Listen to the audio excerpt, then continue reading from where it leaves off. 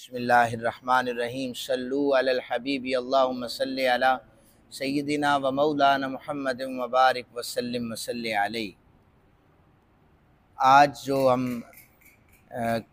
पढ़ रहे हैं वो किताबुल हज के हवाले से है, और चूँकि वैसे भी हज के अयाम आने वाले हैं, लेकिन किताबुल ज़कात जो है वो इख्तिताम पज़ीर हुआ है, और तरतीब के लिहाज से किताबुल ज़कात के बाद जो पिलर्स ऑफ इस्लाम है, यानी इस्लाम के बुनियादी अरकान हैं, उनमें बारी जो थी वो तरतीब के लिहाज से किताबुल सौम की बनती थी।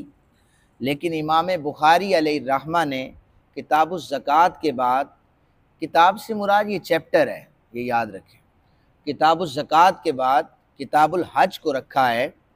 और चूँकि ज़कात भी माली इबादत है और हज भी माली इबादत है, इसलिए किताबुल हज को ज़िक्र किया है। हज का लुग़वी जो माना है वो कसद करना है, और उसका जो शरई इस्तिलाही माना है वो ताज़ीम के साथ बैतुल्लाह की ज़ियारत का कसद करना है। उसकी जो शराइतें उनमें यह है कि एहराम का होना ये ज़रूरी है, इसके अरकान और वकूफ़ अरफ़ा, तवाफ़ ज़ियारत, ये तीनों इसकी शराइत में से हैं।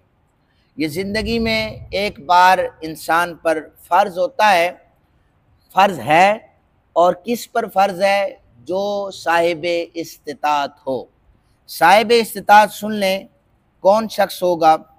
इंसान के पास इतना माल हो, हरमैन शरीफैन का वो सफ़र कर सके, वहाँ पर होने वाले अखराजात उठा सके, अपने पीछे जो अपनी फैमिली मेंबर छोड़ के गया है उनके खाने पीने का बंदोबस्त कर सके।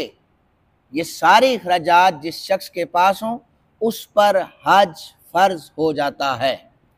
और फिर सफ़र में किसी किस्म की कोई रुकावट आ जाए, अब देखें ना, एक शख्स जाएगा यहाँ से, वो इतने पैसे देकर जाएगा, वापसी के पैसे उसके पास हों, कुर्बानी के पैसे उसके पास हों, जो वो बाज़ 40 दिन के लिए लोग जाते हैं, तो 40 दिन का जो राशन है उसके घर में मौजूद होना चाहिए। ये नहीं कि वो हज करने के लिए चला गया है तो घर में उसके बच्चों के लिए खाने को कुछ ना हो, तो ऐसी सूरत में उसका हज जो है वो कबूल नहीं होगा, ये याद रखिए। और ये फ़रामीन रसूल पाक सल्लल्लाहु अलैहि वसल्लम में बयान कर रहा हूँ। उसके ऊपर फ़र्ज़ ही नहीं है, उसके ऊपर फ़र्ज़ तब ये था कि अहलो अयाल को खाना खिलाना है, वो अहलो अयाल को भूखा छोड़कर वो हज करने चला गया है, तो इसका कोई फ़ायदा नहीं है। हज जो है ये 9 हिजरी में फ़र्ज़ हुआ था। 19 रमज़ान मुबारक 8 हिजरी में हज़रत उताब बिन उसैद रज़ियल्लाहु ताला अन्हु, ये मुसलमानों को हज इन्होंने करवाया था। लेकिन 9 हिजरी से पहले पहले जो हज था, ये काफिर जो वहाँ के मुशरिकीन थे, वो भी कुफारे मक्का जिन्हें कहा जाता है, वो तवाफ़े काबा करते थे, और ये बरहना जिस्म के साथ नंगे होकर तवाफ़ करते थे, उनका तरीका था। ये तो ज़माने जाहिलियत से रस्म चली आ रही थी कि वो बैतुल्लाह शरीफ का तवाफ़ किया करते थे। 9 हिजरी में जब हज फ़र्ज़ हो गया तो नबी अकरम सल्लल्लाहु अलैहि वसल्लम ने हज़रत अबू बकर सिद्दीक़ रज़ियल्लाहु ताला अन्हु को हुक्म दिया कि वो मुसलमानों को अपनी अमारत और क़यादत में हज करवाएं। हज़रत अली बिन अबी तालिब रज़ियल्लाहु ताला अन्हु, आपने उनके पीछे सूरह बरात का ऐलान करने के लिए उन्हें भेजा, और उन्होंने ये ऐलान कर दिया कि इस साल के बाद 9 हिजरी जब हज फ़र्ज़ हो चुका है, कोई मुशरिक हज नहीं करेगा। पहले वो तवाफ़ किया करते थे, फरमाया अब कोई मुशरिक तवाफ़ नहीं करेगा, और ना ही काबतुल्लाह में बरहना होकर आएगा। और नबी अकरम सल्लल्लाहु अलैहि वसल्लम ने 10 हिजरी में खुद हज फरमाया, और जो हज मेरे और आपके आका सल्लल्लाहु अलैहि वसल्लम ने फरमाया, उस हज का नाम हज्जतुल विदा रखा गया। और फिर मुसलमानों का इजमा भी इसी बात पर है। हज का वजूब और इसकी फजीलत के हवाले से बाब है, बाबू वजूबिल हज व फदली। इमाम बुखारी अलैहिर्रहमा का उसलूब भी यही है कि आप जब भी किसी चीज़ की फजीलत को बयान करते हैं तो कुरान पाक की आयत जिक्र करते हैं। फरमाया वलिल्लाहि अलन्नासि हिज्जुल बैति मन इस्तता इलैहि सबीला वमन कफर फइन्नल्लाह गनिय्युन अनिल आलमीन। अल्लाह ताला इरशाद फरमाते हैं बैतुल्लाह का हज करना उन लोगों पर अल्लाह का हक है जो उसके रास्ते की इस्तिताअत रखते हो, और जिसने इनकार किया इस रास्ते से बेशक अल्लाह सारे जहानों से बेपरवाह है। बैतुल्लाह के अस्मा भी हैं, और ये जो मैंने आयत पढ़ी है इस्तिताअत के हवाले से कि अल्लाह बेपरवाह है। जो कुफर करता है, यानी कुफर से मुराद क्या, इनकार करता है।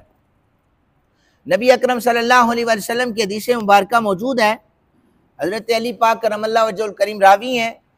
सैयद आलम सल्लल्लाहु अलैहि वसल्लम ने फरमाया, जो शख्स सफरी खर्च और ऐसी सवारी पर कादिर हो जो उसको बैतुल्लाह तक पहुंचा दे, उसके पास माल वाफर मिकदार में हो, फिर भी वो हज ना करे, उस पर कोई हरज तो नहीं है, लेकिन हम ये कहते हैं कि वो यहूदी मरे या नसरानी मर जाए।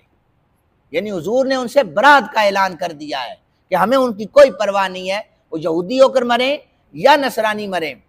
बहुत से लोगों को मैंने खुद देखा है जिनके पास रकम होती है वो उम्रे के लिए भी कोशिश नहीं करते, कहते नहीं अभी नहीं जा, मसरूफियात हैं, मुख्तलिफ किस्म के बहरहाल बहाने उनके पास मौजूद होते हैं। तो हज के लिए भी लोगों के पास पैसा मौजूद है। बाज ने तो मुझे आकर कहा वो रश होती है जी बहुत ज़्यादा, इतनी रश में क्या करेंगे, लाखों की तादाद में बंदा होता है, हम नहीं बर्दाश्त कर सकते।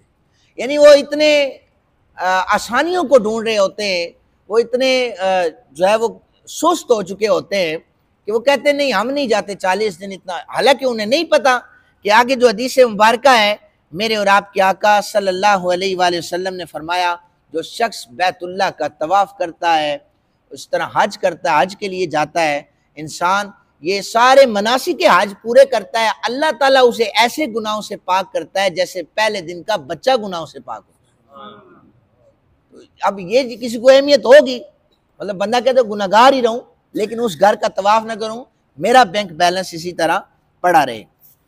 बैतुल्लाह के अस्मा मौजूद हैं, जो आप देखें सबसे मशहूर तरीन नाम जो है वो काबा है।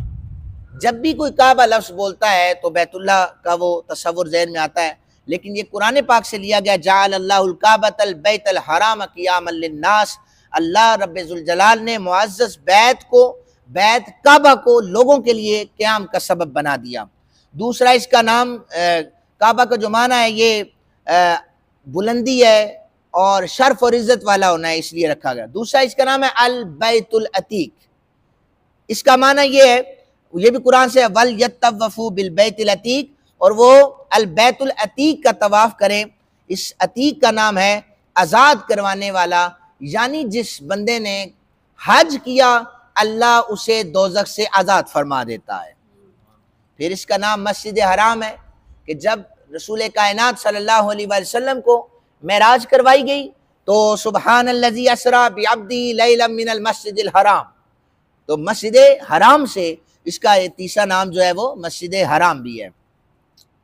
सैयदना अबू हुरैरा रज़ियल्लाहु ताला अन्हु बयान करते हैं, हुज़ूर सरवर आलम सल्लल्लाहु अलैहि वसल्लम ने इरशाद फरमाया, जब कोई शख्स अपनी हलाल कमाई से हज करने के लिए निकलता है, वो अपना पैर ऊंट की रकाब में रखता है।